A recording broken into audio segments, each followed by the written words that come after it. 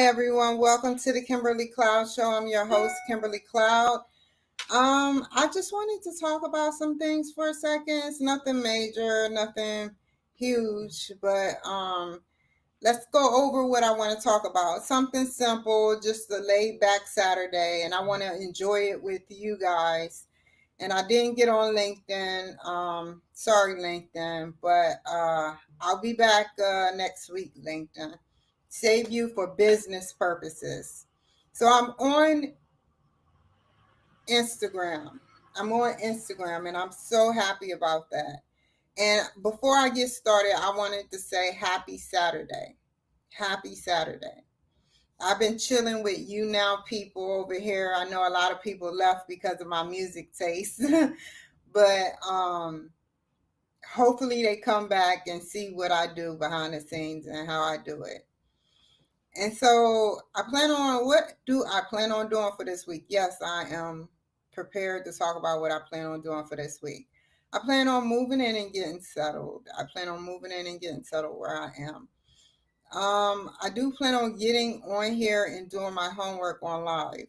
I want to do my homework on live. I got 2 more segments to do, or 1 more segment to do. I got an A in the class. So far, so good.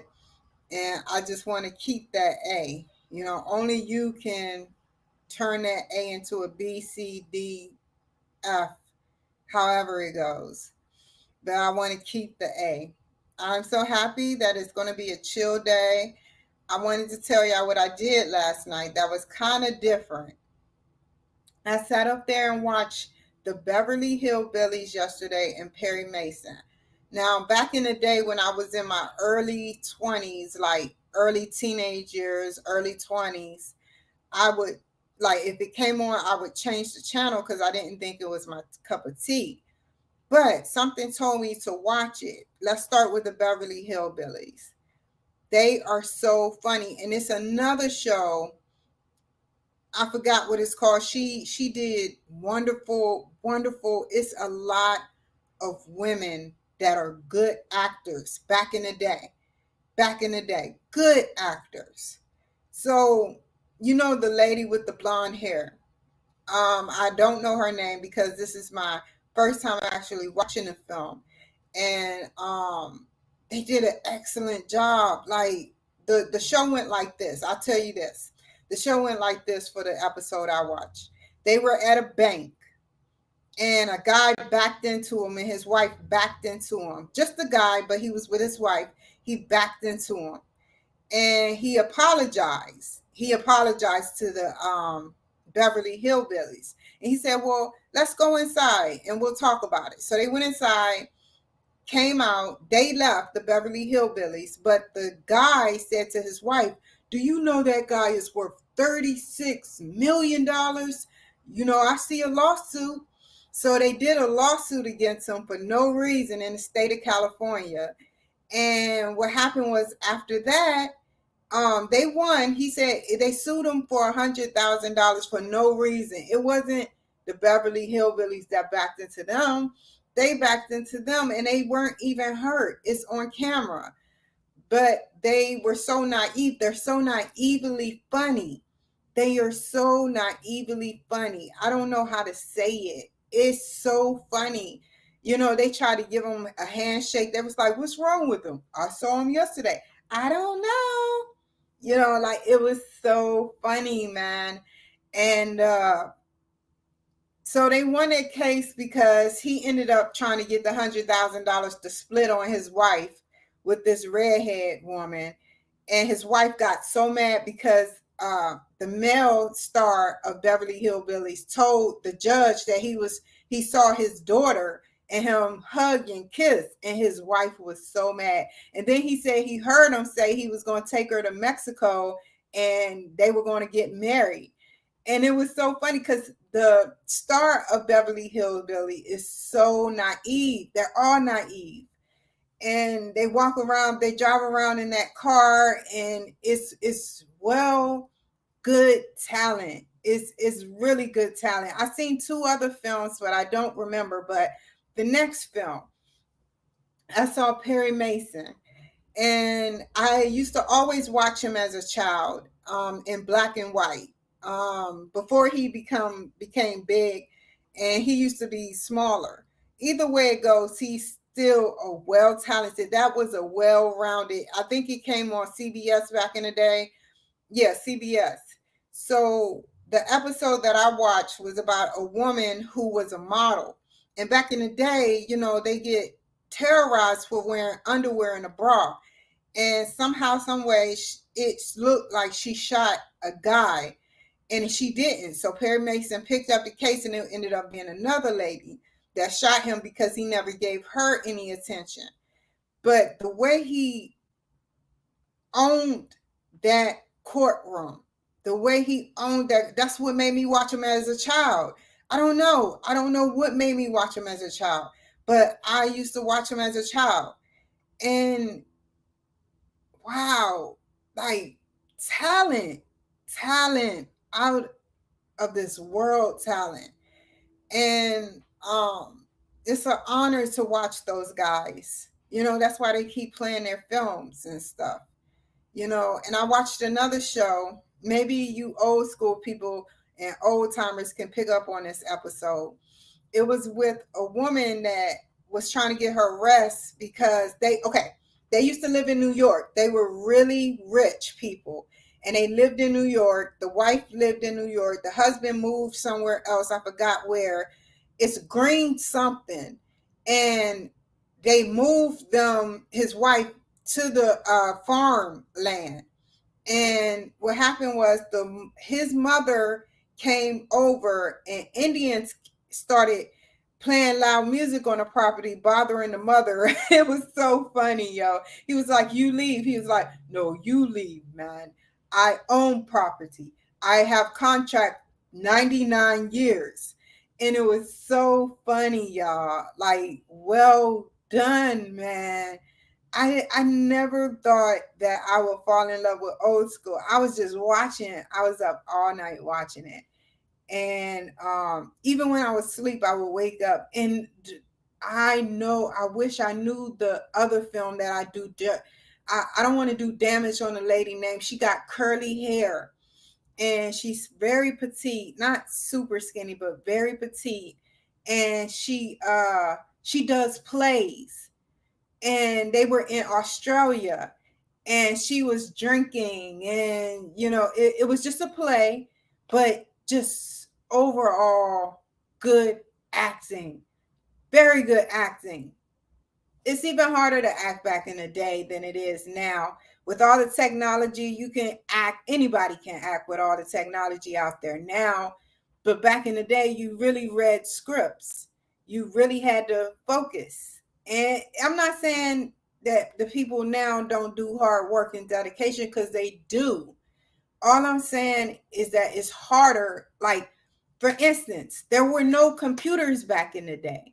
There were no computers. There was just typewriters. And before the typewriter, what was it? A pencil and a piece of paper. I remember when my mother bought the first typewriter, and just imagine doing a dissertation, writing your dissertation, and then using a typewriter. Like, it's crazy. It's not like the computer. One invention that they need to invent. I'm good at inventing stuff that they came out with. Before I go there, I have to remember this before I forget. And if I forget the other thought, oh well. They need to have a computer, a slender computer that you can put paper in, like a laptop, and it has a printer embedded in it, and it could just come out. It just comes out. And the reason why I say this is because I seen in Seattle, y'all took my invention. And with all due cause, I'm not mad, because it's like I went to invent help for 6-7 years with this invention ago in 2016. And it was a smoke detector, the K Cloud smoke detector. And it can detect any type of smoke, not just smoke of a cigarette and smoke of weed. It can tell vaping, everything. But they took it, and they put in, which do calls. They took it and they put it in the library. They put a smoke detector that can, artificial intelligence was involved, yes, that can detect, smoke of all kinds, crack smoke, all of that. So I don't have the money to work around trying to invent stuff, but like I said, you put the paper in the laptop, just small, and it prints out. It prints out what you need it to, but it can't print out that much. But it prints out what you need it to, and that's what makes it all worthwhile. You can't walk around carrying a printer with you, right? They got slender printers, but what if there was a printer embedded into the laptop, right? On the go. You can't fit a printer in your book bag, but you need to print something like 5 to 10 pages. You would have that. So yeah, but very good talent. I enjoyed the crafting of older films. I didn't think it would be as interesting, but they're funny and the suspense is better. I'm not saying then Law and Order as a bad thing, because I've been watching Law and Order for I haven't watched it in years, but overall I've watched it for a decade or more. But I haven't watched it in years because I haven't had time, because you get so wrapped in the episodes. It'd be like 50 episodes that come on from 8 a.m. to like 8 p.m. and then more. The new episode come on. So you be wrapped in all day watching Law and Order. And you'd be like, whoa, I spent the whole day watching Law, or one of your favorite shows. I used to sit down and watch vampire shows all day. Like, watching these shows all day, they take out of my time to go to school, take out of my time to create a business, take out of my time. So I don't try to get glued to the television. I watch 30 minutes to 1 hour of television a day. And the only reason I watched that last night, because I was like, I want to see it. It has to be a reason why everybody watches it, and it comes on TV. So I watched it. But like I said, I watched a couple of other short shows, but I cannot remember what they were called. It was Green something and Sue something. Oh my God, I hate damaging their names. So I have an interview at 12 p.m. and I'm ready like SpongeBob. I gotta email them and see if they're gonna show up 15 minutes early. I gotta make sure their link is sent. Even if they don't show up, it was an honor putting their stuff together. I hope they show up. I can't wait to interview them and get their story heard. I love interviewing people, man. That is the highlight of my life. I learned to lay back and listen to them. It's hard to listen to people. It's not that easy. Sometimes people nod their head and laugh and go about the motions just to, no. I listen. I really listen to them. And that's how I find out freelance what questions to ask them. Because if I really didn't listen to them, I wouldn't know what questions to ask them after they finish talking. Sometimes they can talk for 5. I tell them, this is what I tell them for the future podcasts out there that want to interview people. I ask you a question. You try to talk for 5 to 15 minutes for 4 segments. I ask you 4 questions each segment, but it never works out that way. They stop talking after maybe 3 to 7 minutes, and I have to find something to talk about. And it's harder than it looks. It's not that easy. And I don't want to write down scripts. I want it to be organic. I want it to be an organic type film where people see my talent and know that I'm listening. Also, Miss Elizabeth, I think it is Elizabeth. She sent me, I don't know how I'm going to do it, but I'm going to have to do it. I'll find a way. YouTube is a little tricky. You have to pay to download videos. So I may ask her for the MP3 to the video. but she has a commercial, and it'll be put on the end. I'm trying to get an hour-long commercial that shows all the talent of all the people I ever interviewed, and that's what I'm trying to do with that. So I love you guys. Like, seriously, Instagram, I love you guys, and y'all support me. Even if some people don't show up, it was a pleasure to talk to them. You know, you don't have superstars on speed dial. I was thankful to find him, and he was thankful to pick up, you know, and nothing but good stories about him.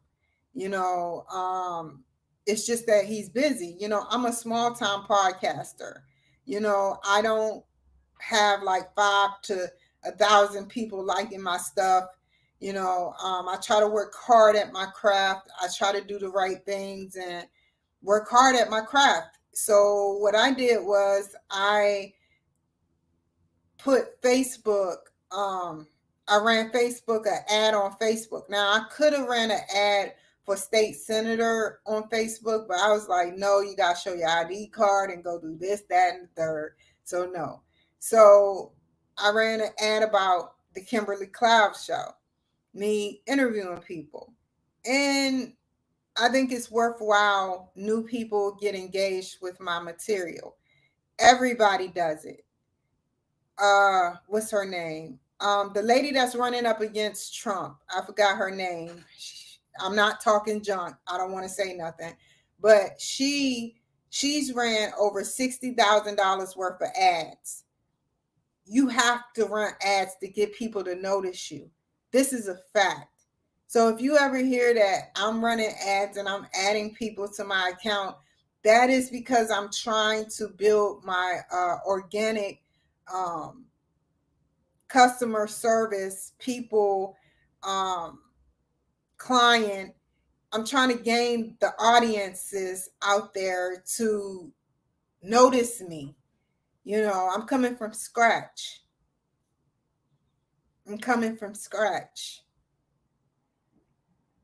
And the people that I do know back in the day, you know, my family, I'm estranged from them. No beef, no nothing, just estranged from them. Period. I didn't live a happy life. I didn't live over the rainbow. You know, I lived in the ghetto. You know, I'm a ghetto nerd. You know, I enjoy what I do, you know, and this is who I am, you know, and some people don't understand why I wear wigs. Some people don't understand why I dress like I dress. And this isn't high school. This isn't high school no more. You know, adults. And like I said, I am running for state senate, and I appreciate Facebook for allowing me to use my platform to speak about it, because this is something that I is in my blood. I come from Washington, D.C., District of Columbia, born in Greater Southeast Hospital on the Southeast side, lived in Oxon Hill, lived in Baltimore, got my degree at Baltimore City Community College, associate's degree. Got my degree all by myself now with my mental health issues. Got my degree in human services at Baltimore City Community College. Got my degree in psychology at Coppin a year later after graduating. It didn't take me 2 years. It took me a year. I doubled up. Traditional 16-week class. And I'm sticking with the University of Phoenix. And I plan on getting my doctorates. And that's what I'm about. Education. Whether I'm good at it or not, I still work around it and figure out the algorithms and the technique that it takes to pass a class.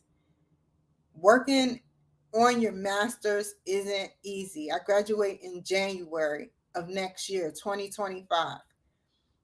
I'm going to fly down to Phoenix, Arizona, and I'm going to graduate there or wherever they having a graduation at.